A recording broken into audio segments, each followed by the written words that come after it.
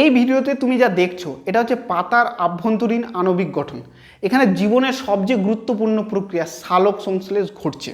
প্রথম নজরে এইসব অজানা গঠন এবং বইয়ের বিভিন্ন ডায়াগ্রাম দেখার পর তোমাকে হয়তো পুরো প্রক্রিয়াটা অনেক জটিল এবং বুঝতেই পারবো না এরকম মনে হতে পারে, কিন্তু আমি তোমাকে কথা দিচ্ছি, তুমি যদি আমার ভিডিওটা পুরোপুরি শেষ পর্যন্ত দেখে নাও তাহলে পুরো বিষয়টা তোমার কাছে সহজ এবং স্পষ্ট হয়ে যাবে। আর এই ভিডিওটার শেষে আমি কিছু গুরুত্বপূর্ণ প্রশ্ন তোমাদেরকে দিব যেটা তোমাদের পরীক্ষার জন্য জরুরি। এর আগের ভিডিওতেই আমরা জেনেছি যে সালোক সংশ্লেষ প্রক্রিয়াটা দুটি ধাপে ঘটে, একটা হচ্ছে আলোক দশা এবং আরেকটা হচ্ছে অন্ধকার দশা। আলোক দশায় সূর্য আলোর প্রয়োজন হয় এবং অন্ধকার দশায় সূর্য আলোর প্রয়োজন হয় না।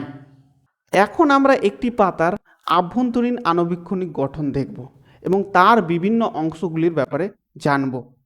কোনো একটি পাতা নিয়ে তার লম্বচ্ছেদ বা প্রস্থচ্ছেদ করে সেটিকে যদি আমরা অণুবীক্ষণ যন্ত্রের নিচে রাখি তাহলে আমরা এই রকম কিছু একটা দেখতে পাবো। এই ছবিটা দেখে আমরা বুঝতেই পারছি যে পাতা অনেকগুলো স্তর দিয়ে তৈরি। চলো এক এক করে প্রত্যেকটা স্তরের ব্যাপারে আমরা জানি। সবচেয়ে উপরের যেটা স্তর আছে সেটার নাম হচ্ছে গিয়ে কিউটিকল। এটা একটা পাতলা মোমের স্তর যার প্রধান কাজ হচ্ছে পাতাকে বাষ্পমোচন হার থেকে বাঁচানো, ঠিক আছে।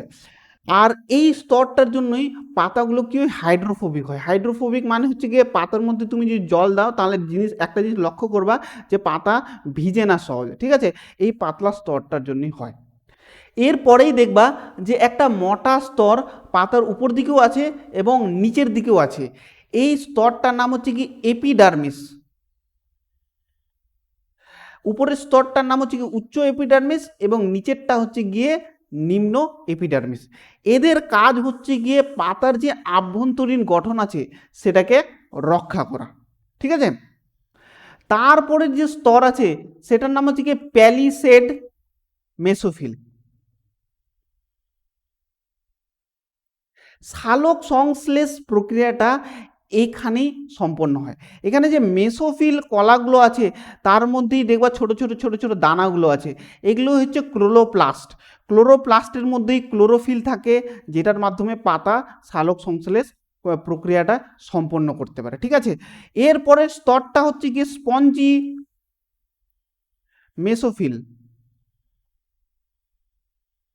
এখানেও মানে ক্লোরোপ্লাস্ট থাকে কিন্তু এদের ঘনত্ব পরিমাণ খুবই কম, ঠিক আছে। তো সালোক সংশ্লেষ প্রক্রিয়াটা এখানেও ঘটে কিন্তু মানে খুবই কম ঘটে, ঠিক আছে। এরপরে বান্ডিলের মতো যে অংশটা তোমরা দেখতে পাচ্ছ এটাই হচ্ছে গিয়ে জাইলেম আর ফ্লোয়েম, ঠিক আছে। এদের মাধ্যমে কি হয়, জল হ্যাঁ আর খাদ্য পাতার মধ্যে আদান প্রদান হয়, ঠিক আছে। যে নিম্ন এপিডার্মাস স্তর আছে তার মধ্যেই ছোট ছোট ছিদ্র থাকে যেগুলোকে আমরা বলি পত্ররন্ধ্র। এর মাধ্যমে কি হয়, পাতার মধ্যে গ্যাসের আদান প্রদান হয়, মানে কার্বন ডাই অক্সাইড পাতায় প্রবেশ করে আর অক্সিজেন পাতা থেকে বেরিয়ে যায়। এখান থেকে যদি আমরা একটা মেসোফিল কোষ নিয়ে নিই হ্যাঁ এবং সেটাকে বড় করে দেখি তাহলে এরকম কিছু একটা দেখতে পাবো। তুমি দেখতেই পাচ্ছ এর মধ্যে অনেকগুলো ক্লোরোপ্লাস্ট আছে, ঠিক আছে। আর একটা ক্লোরোপ্লাস্ট নিয়ে সেটাকে যদি আরো বড় করে দেখি তাহলে এরকম কিছু দেখতে পাবো, ঠিক আছে। এই ক্লোরোপ্লাস্টের ভিতরে দেখতে পাচ্ছ তুমি অনেকগুলো চাকতির মতো অংশ আছে, ঠিক আছে। এই এক একটা চাকতিকে বলা হয় গ্রানা, ঠিক আছে। আর গ্রানার একটা ছোট্ট অংশকে বলা হয় গিয়ে থাইলাকয়েড। এই যে থাইলাকয়েডগুলো আছে এদের বহিঃত্বক মানে এদের বাইরের যে পর্দা আছে তার মধ্যেই সালোক সংশ্লেষের যে আলোক দশা সেটা সম্পন্ন হয়, ঠিক আছে। এখন আমরা কি করব, থাইলাকয়েডের পর্দাটাকে একটু বড় করে দেখব। এটা হচ্ছে তার বহিঃ পর্দা যেটাকে থাইলাকয়েড মেমব্রেনও বলা হয় ইংরেজিতে, ঠিক আছে। এর অনেকগুলো অংশ আছে তোমরা দেখতে পাচ্ছ, এক এক করে প্রত্যেকটা অংশের ব্যাপারে আমরা জানি। এটা হচ্ছে কি PS2, এটার এর পুরো নাম হচ্ছে ফটো সিস্টেম 2, ঠিক আছে। এর মধ্যে থাকে কি P680, এটা হচ্ছে গিয়ে ক্লোরোফিল এ এর একটা মানে টাইপ, যেটা আমরা পড়েছিলাম এর আগের ভিডিওতে, তোমাদের হয়তো মনে আছে। আর এটা হচ্ছে গিয়ে PS1, এখানে থাকছে P700, ঠিক আছে।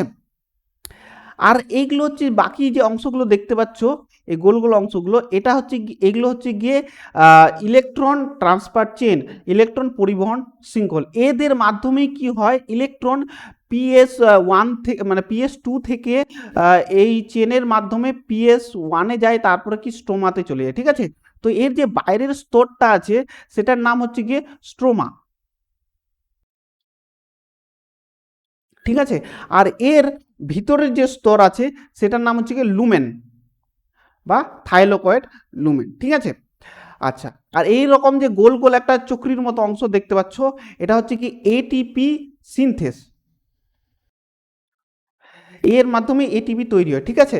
তো চলো এবার জানা যাক থাইলোকয়েড যে মেমব্রেন আছে তার মধ্যে কিভাবে সালোক সংশ্লেষের যে আলোক বিক্রিয়া সেটা সম্পন্ন হয়, ঠিক আছে। এই বিক্রিয়াটা সূর্যের আলোর উপস্থিতিতে ঘটে, ঠিক আছে। তো সূর্যের আলো যখন ফটো সিস্টেম দুইতে পড়ে তখন P680 কি হয়, সেটা উত্তেজিত হয়ে কি করে একটা ইলেকট্রন কি করে ত্যাগ করে দেয়, এবং সেই ইলেকট্রনটা ইলেকট্রন পরিবহন যে শৃঙ্খল আছে তার মাধ্যমে কি করে PS1-এ গিয়ে পৌঁছায়, ঠিক আছে। এই জন্য কি হয় P680-র মধ্যে ইলেকট্রনের ঘাটতি সৃষ্টি হয়। সেই ঘাটতিটাকে পূরণ করার জন্য লুমেনের মধ্যে যে জল থাকে সেটাকে সে ভেঙে দেয়, ভেঙে কি তৈরি করে H+ আয়ন, ওর সঙ্গে সঙ্গে ইলেকট্রন আর হচ্ছে গিয়ে জল, সরি অক্সিজেন। তো অক্সিজেনটা তো কি হয় যে পত্ররন্ধ্রের মাধ্যমে বেরিয়ে যায়, আর ইলেকট্রনটা কি হয় সেই যে পূর্বের যে ইলেকট্রনটা আছে তার ঘাটতি পূরণ করে, ঠিক আছে। তো এর ফলে কি হয় যে H+ আয়নগুলো কি হয় এখানে জমা হতে থাকে, কোথায়, লুমেনের মধ্যে জমা হতে থাকে, ঠিক আছে। এর আগের ইলেকট্রনটা যখন ফটো সিস্টেম 2 থেকে মানে ইলেকট্রন পরিবহন শৃঙ্খলের মাধ্যমে মানে PS1-এ যায়, সেই সময় কি হয় যে সেই ইলেকট্রনটা তার শক্তি হারায়, হ্যাঁ। সেই শক্তিটাকে কাজে লাগিয়ে কি করে এরা যারা ইলেকট্রন পরিবহন শৃঙ্খল আছে তারা কি করে সেই শক্তিটাকে কাজে লাগিয়ে স্ট্রোমার মধ্যে যে H+ আয়নগুলো আছে সেগুলোকে কি করে টেনে নেয় কার দিকে, লুমেনের দিকে। তো এই জন্য কি হয় লুমেনের মধ্যে H+ আয়নের যে ঘনত্ব বাড়তে থাকে আর স্ট্রোমার মধ্যে H+ আয়নের ঘনত্ব কমতে থাকে। এই যে ঘনত্বের একটা পার্থক্য হয়ে এলো H+ আয়নের, সেই ঘনত্বের পার্থক্যটাকে কমানোর জন্য H+ আয়নগুলো কি করে এটিপি সিনথেসের মাধ্যমে আবার কি করে স্ট্রোমার দিকে ফিরে যায়। তো যখন এই যে যাত্রাটা করছে এটিপি সিনথেসের মাধ্যমে H+ আয়নগুলো, এই যাত্রা পথে যে শক্তি উৎপন্ন হয়, ঠিক এই যাত্রাটার জন্য যে শক্তিটা উৎপন্ন হয় এই শক্তিটাকে ব্যবহার করে এডিপি নামে একটা কণা এবং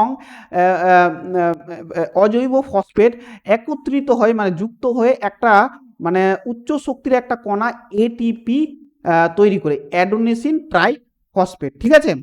এরপরে কি হয় সূর্যের আলোটা PS1-এর মধ্যে পড়ে, ঠিক আছে। তাতে কি হয় এই ইলেকট্রনটা আবার উত্তেজিত হয়ে যায় এবং উত্তেজিত হয়ে আবার সে যে ইলেকট্রন পরিবহন শৃঙ্খল আছে তার মাধ্যমে কি করে স্ট্রোমাতে পৌঁছায়। তো আর স্ট্রোমার মধ্যে একটা কণা থাকে যেটার নাম হচ্ছে NADP+।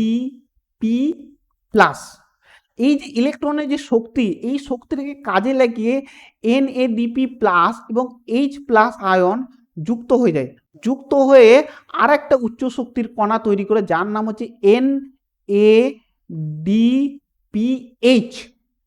NADPH, nicotinamide অ্যাডোনিন die phosphate hydrogen, ঠিক আছে। এই যে NADPH আছে এবং ATP, এই দুটা কণা পরবর্তী আলোক দশার যে দশা অন্ধকার দশা বা কেলভিন সাইকেল সেখানে এরা শক্তি মানে শক্তি প্রদান করে। তো আশা করছি বন্ধুরা তোমরা ভালোভাবে বুঝতে পেরেছো যে আলোক দশাটা কিভাবে থাইলোকয়েড পর্দার মধ্যে সম্পন্ন হয়, ঠিক আছে। আর এই বিষয়ে আমি কয়েকটা গুরুত্বপূর্ণ প্রশ্ন তোমাদের জন্য তৈরি করে রেখেছি যেটা পরীক্ষার জন্য তোমাদের জরুরি, চলো সেগুলো দেখা যাক। তো আমি আলোক দশাটা ভালোভাবে একটু নোট হিসেবে সাজিয়ে রেখেছি, তোমরা এখান থেকে স্ক্রিনশট নিয়ে নিতে পারো, ঠিক আছে। আমি আস্তে আস্তে স্ক্রোল করছি।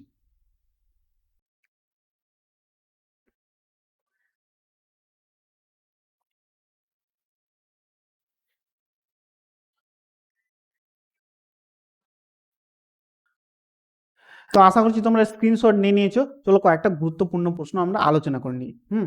তো আলোক দশা কাকে বলে? অবশ্যই সালোক সংশ্লেষে যে ধাপে সূর্য শক্তিকে ব্যবহার করে এটিপি এনএডিপি তৈরি হয় এবং জল ভেঙে অক্সিজেন উৎপন্ন হয় তাকে আলোক দশা বলা হয়। ঠিক আছে, আলোক দশা কোথায় ঘটে? অবশ্যই ক্লোরোপ্লাস্ট থাইলাকয়েডের পর্দার মধ্যে ঘটে। ঠিক আছে, আলোক দশা কি কি রঞ্জক, প্রধান রঞ্জক কি? Chlorophyll A. ওর মধ্যে হচ্ছে কি মানে যদি মানে স্পেসিফিকলি বলতে হয় তাহলে P680 আর P700। ঠিক আছে, এবার ক্লোরো ফটো সিস্টেম কি এবং কয় প্রকার? তা ফটো সিস্টেম কি? ফটো সিস্টেম হচ্ছে কি থাইলাকয়েড পর্দায় অবস্থিত রঞ্জক ও প্রোটিনের সমষ্টি যা আলোক শক্তি শোষণ করে তাকে ফটো সিস্টেম বলে। এটা দু রকমের, ফটো সিস্টেম 1 আর ফটো সিস্টেম 2। ঠিক আছে, আচ্ছা, ফটোলাইসিস কি? সালোক সংশ্লেষে আলোক দশায় উত্তেজিত ক্লোরোফিল জলের অণু ভেঙে কি করে H+ ion, electron H+ ion আর অক্সিজেন উৎপন্ন, এটাকে ফটোলাইসিস বলা হয়। ঠিক আছে, ফটোলাইসিস কি কি উৎপন্ন হয়? ওই একই জিনিস। ঠিক আছে, আচ্ছা, ফটো ফসফোরাইলেশন কাকে বলে? সালোক সংশ্লেষে আলোক দশায় এডিপি অজৈব ফসফেট যুক্ত হয়ে এটিপি তৈরি হওয়া গেলে ফসফোরাইলেশন বলে। ইলেকট্রন পরিবহন শৃঙ্খল কি? সালোক সংশ্লেষে আলোক দশায় একাধিক ইলেকট্রন বাহকের মধ্যে ধাপে ধাপে এক অণু থেকে পরিবাহিত হওয়ার প্রক্রিয়াকে কি বলা হয়? ইলেকট্রন পরিবহন শৃঙ্খল বলা হয়। ঠিক আছে, এটার হয়তো অতটা গুরুত্বপূর্ণ না, ইংরেজিতে ইটিসি বলা হয়। ইটিসি যদি ফুল নাম তুমি জানতে চাও তাহলে ইলেকট্রন ট্রান্সফার চেন। ঠিক আছে, এরকম কিছু আছে। তা আলোক দশায় উৎপন্ন শক্তিবাহী যৌগগুলোর নাম কি? এডিপি আর এনএডিপি। এখান থেকেই পরের যে প্রক্রিয়াটা আছে ওখানে শক্তিটা হয়ে যায়। ঠিক আছে, মানে এখানে আলোক শক্তিটা রাসায়নিক শক্তিতে পরিণত হচ্ছে।